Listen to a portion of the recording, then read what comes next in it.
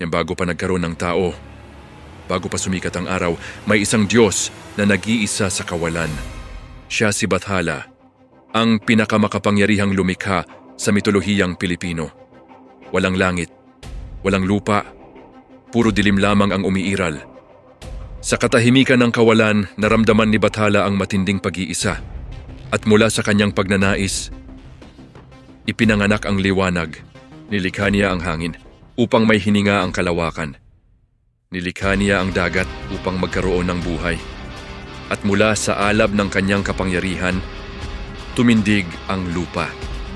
Upang maabot ang langit, itinindig ni Bathala ang matatangkad na bundok. Upang maghatid liwanag sa dilim, isinilang ang araw, buwan at mga bituin. Sinundan niya ito ng paglikha sa mga hayop, sa mga punong nagbibigay buhay, at sa mga hampas ng hangin na nagdadala ng pag-asa. Ngunit may kulang pa, isang nilalang na magiging tagapag-ingat ng daigdig. Kaya mula sa lupa at hininga ng buhay, nilikha ni Bathala ang tao. Ganito isinilang ang mundo ayon sa sinaunang alamat. Isang paalala na tayong mga Pilipino ay anak ng liwanag, lakas at kabutihan. Kilalanin ang mga alamat ng ating lahi.